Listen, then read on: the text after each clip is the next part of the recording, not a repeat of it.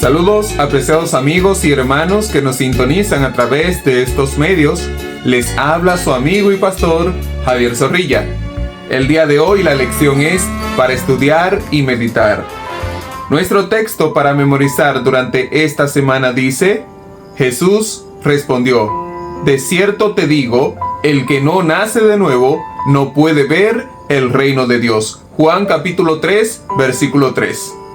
Amigos, en este día, en esta ocasión, vamos a meditar en el capítulo titulado Nicodemos del libro El deseado de todas las gentes de Ellen G. de White, en la página 140 y 149. Estaremos meditando en algunos párrafos específicos el día de hoy. Nicodemo escuchó las escrituras de una manera nueva, no para discutir una teoría. Saben ustedes que a esa secta que él pertenecía, todo el tiempo estaban discutiendo acerca de teorías nuevas y de algunos puntos doctrinales, creencias y demás. Ellos se dedicaban a eso. Pero en este caso, Nicodemo no pretendía discutir con Jesús acerca de alguna teoría nueva y de por qué él dice que es el Mesías ni nada por el estilo. Él fue con una convicción y él quería escuchar lo que el Señor le podía explicar acerca de. Él no fue con teoría a discutir ni nada por el estilo, sino para recibir vida para el alma. Él deseaba llenar el vacío que tenía. Él deseaba comprender mejor y no aceptar lo que otros le decían. Empezó a ver el reino de los cielos cuando se sometió a la dirección del Espíritu Santo. Por medio de la fe recibimos la gracia de Dios, pero la fe no es nuestro Salvador. No nos gana nada. Es la mano por la cual nos asimos de Dios. Esto es la fe. Con la fe no significa que yo voy a tener el cielo, agarrar el cielo. Con la fe no significa que yo voy a ganar muchas cosas, nada por el estilo. Es parte de el proceso de salvación. Sin fe es imposible agradar a Dios, pero no es un medio por el cual, o sea, no es lo que yo utilizo para ganar algo. Es la mano por la cual nos asimos o tomamos al Señor, lo tenemos y entonces nos apropiamos de sus méritos. Es a través de la fe, es un medio. El remedio por el pecado es la fe. El arrepentimiento proviene de Cristo tan ciertamente como el perdón. Entonces, ¿cómo seremos salvos, amigos queridos? Como Moisés levantó la serpiente en el desierto, así también el Hijo del Hombre ha de ser levantado. Y todos los que han sido engañados y mordidos por la serpiente pueden mirar y vivir. He aquí el Cordero de Dios que quita el pecado del mundo. Juan 1:29. La luz que resplandece desde la cruz revela el amor de Dios. Su amor nos atrae a Él.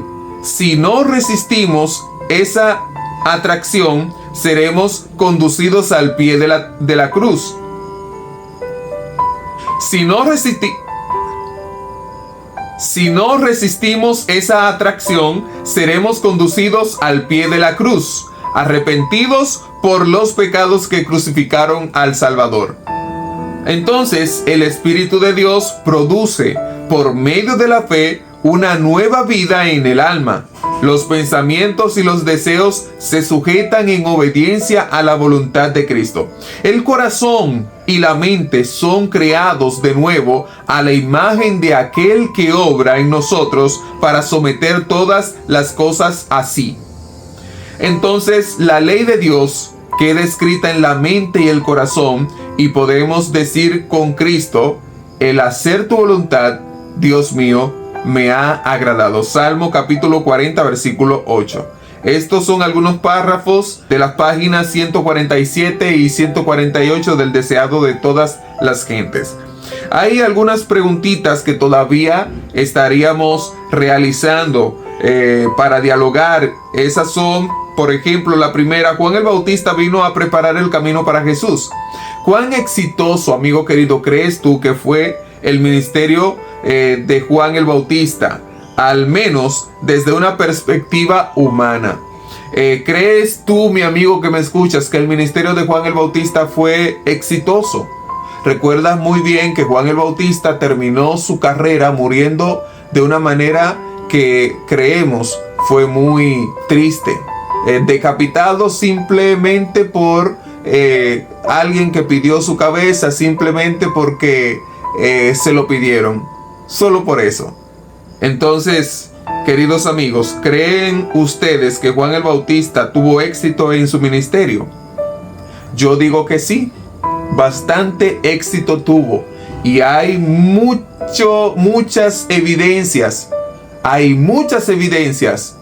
de que el ministerio de Juan el Bautista fue muy productivo. De hecho, tenía muchos discípulos. A Juan el Bautista le respetaban en su ministerio. Nadie se metía con él. Nadie tenía razones para ir a discutir con él ni nada por el estilo, porque el pueblo lo tenía por profeta. Los líderes religiosos lo respetaban. Y también era respetado por los gobernantes, los romanos. Entonces, yo pienso que sí tuvo mucho éxito su ministerio, más aún entendiendo que lo que él tenía que hacer, él lo hizo, que era preparar el camino para el que viene después de él. Él lo hizo, preparó el camino del maestro. Nunca tuvo deseos de tomar la posición del maestro, aunque las personas lo miraban así. Él nunca usurpó su lugar, simplemente se mantuvo como uno que prepara el camino. Entonces, pienso que tuvo muchísimo éxito cuando tuvo muchos discípulos, y esos discípulos fueron luego discípulos de Cristo Jesús. Muchos de los seguidores que le seguían a él, al escuchar decir: "He aquí el Cordero de Dios que quita el pecado del mundo", él les señalaba el camino a seguir. "He a él que ustedes tienen que seguir". Entonces ellos seguían a Juan el Bautista. La segunda pregunta dice: ¿cómo defines el éxito en las cosas espirituales? La segunda pregunta del primer acápite de estas preguntas para dialogar. ¿Cómo defines el éxito en las cosas espirituales? Yo diría que el éxito en las cosas espirituales puede ser definido como lo que podemos lograr dirigidos por el Espíritu Santo. Eso es éxito. Todo lo que logramos con el Espíritu Santo y obedeciendo su palabra, cumpliendo la misión, entonces alcanzamos éxito. Éxito es hacer la voluntad del Señor. Éxito es hacer lo que Él te manda a hacer, obedeciendo sin importar lo que pueda pasar después. Lo que tú alcanzas de acuerdo a eso, ese es el éxito en la vida cristiana. Para mí, yo entiendo que éxito en la vida cristiana es tú cumplir la misión que Cristo te ha encomendado, lograr los objetivos que Cristo te ha trazado a través del lugar donde Él te ha dispuesto o te ha colocado. ¿Estás tú cumpliendo con la misión donde estás? Si estás en una escuela, estás en un colegio, estás en un negocio cualquiera donde recibe personas, tal vez estás en la casa, estás teniendo relaciones con los vecinos, te relacionas con todos en medio social, pero entonces tal vez no estás teniendo éxito porque no estás cumpliendo la misión donde estás. Éxito es cumplir la misión de Cristo Jesús y hacer su voluntad. Entonces, el segundo capítulo de preguntas, Juan el Bautista expresó luego algunas dudas sinceras en Mateo capítulo 11, versículos 2 y 3, Lucas 7, 19. ¿Cuál fue la causa de sus dudas y qué podemos aprender de ellas acerca de cómo mantenernos firmes en nuestra fe? Para nadie es un secreto de que cuando llegan las pruebas y las dificultades, nos preguntamos si realmente Dios está con nosotros, si realmente es lo que Dios quiere. A veces llegan desastres a tu vida que entonces tú dices: ¿por qué, Señor? Y muchos decaen en la fe. Hay muchas situaciones que hacen que tú decaigas, que tú te alejes, que tú no continúes en el camino. Estas situaciones le pasan a todos. Y aún así, al que más cerca del Señor tú piensas que está, a aquella persona que más espiritual tú la ves, tal vez tú piensas ese no tiene problemas, y sí lo tiene. Todos lo tenemos, todos tenemos problemas. Juan el Bautista, en aquel momento que está en la cárcel, tiene una duda. Pregúntale al maestro si es él el que ha de venir o tenemos que esperar a otro.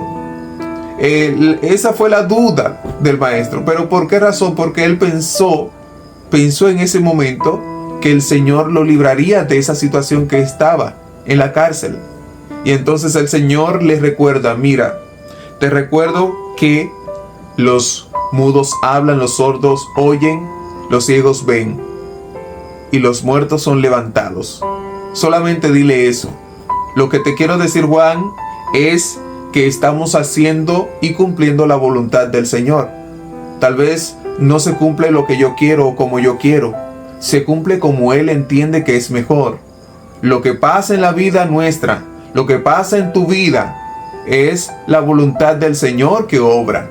No es como tú quieres, porque al final quisiéramos que nuestra vida termine de una manera y no termina como queremos. Nos pasan cosas feas a nosotros también, pero entendemos que al final Dios será glorificado en nuestras vidas. Por algo Él permite que pasemos por el valle de sombra de muerte. Aunque ande en valle de sombra de muerte, no temeré mal alguno, porque Jehová estará conmigo. Es lo único, no temer. Entonces el Señor lo que le quiso decir a Juan: no tengas temor y confía. Esas dudas vienen porque a veces nosotros esperamos que las cosas se hagan como queremos, y cuando no se hacen como queremos y esperamos, entonces comenzamos a dudar. Y la pregunta número 3: ¿de qué manera alguien como Nicodemo, un líder de la verdadera iglesia y poseedor de mucho conocimiento, podía ser tan ignorante acerca de lo realmente importante en materia espiritual? ¿Qué lecciones podemos aprender de su situación? Yo diría que a pesar de todo el conocimiento que podamos tener, muchas veces el conocimiento nos lleva por un camino erróneo. No digo que conocer es malo, no digo que el conocimiento sea malo, sino que muchas veces de tanto conocimiento te ocupas de una cosa que te olvidas de otra. Y son cosas simples. Entonces Nicodemo, un líder cristiano, un líder que estudia, un líder religioso, cosa como esta no conocía, porque también no eran lo habitual en lo que se estaban enfocando, sino se enfocaban en otra cosa. Se enfocaban en cómo ser o verse como un líder espiritual. Se enfocaban en cómo mantener el pueblo estudiando, haciendo otras cosas, pero se le olvidaba lo importante que es la preparación para el reino de Dios. Muchas veces nos ocupamos de tantas cosas que no son importantes, y esa es la lección que debemos de aprender. Tantas cosas que no son importantes. A veces tenemos discusiones de la palabra de Dios infructuosas con otras personas, y al final salimos como que ganamos la discusión, pero no ganamos nada, porque al final dejamos a la persona con una nube que no sabe qué hacer, y esa persona hasta puede terminar saliendo o abandonando su fe. Y nosotros pensamos que logramos algo y no logramos nada. No es el conocimiento que yo tengo, que con ese conocimiento ya yo logré lo que tengo que lograr. El conocimiento no es el que me da la salvación. Quien me da la salvación es Cristo Jesús. Por eso yo puedo aprender, sí, es bueno. Yo puedo seguir estudiando, analizando, pero a veces el estudio nos lleva por un camino, porque comenzamos a estudiar otras cosas fuera de lo que debemos de estudiar. Debemos de permanecer entendiendo que toda la palabra del Señor nos guía hacia un camino. Toda la palabra del Señor nos guía hacia una sola actividad. Toda la palabra del Señor, inspirada por Dios, nos guía hacia la preparación para el reino de los cielos. Por eso Juan, en todo su evangelio, el tema principal, presentar a Cristo como el Mesías, pero entonces Cristo viene con algo especial que Juan lo toma y lo presenta en todo su evangelio, que es la salvación por medio de la fe en Cristo Jesús. Así que, mi amigo querido, te animo a que te prepares, te animo a que tú puedas estudiar la palabra del Señor, escudriñar la palabra del Señor, tal vez no leer por leer, porque eso es lo que pasa con muchos. Muchos leen por leer y leí la palabra del Señor, Una cosa es estudiar y otra cosa es leer, y siempre voy a tener eso separado. Estudiar y leer no es lo mismo. Así que te invito a que estudies a fondo la palabra del Señor. Amigos queridos, eso es todo por este día. Jehová es mi pastor y nada me faltará. Salmo capítulo 23, versículo 1. Sea el Dios Todopoderoso siempre en tu vida, hogar y familia, trayendo paz y bendiciones. Dios te bendiga. Será hasta la próxima. Estuvo con ustedes su amigo y pastor Javier Zorrilla. Les esperamos en la próxima semana para el estudio de la lección diaria. Dios te bendiga. Comparte nuestra lección y también suscríbete a nuestro canal.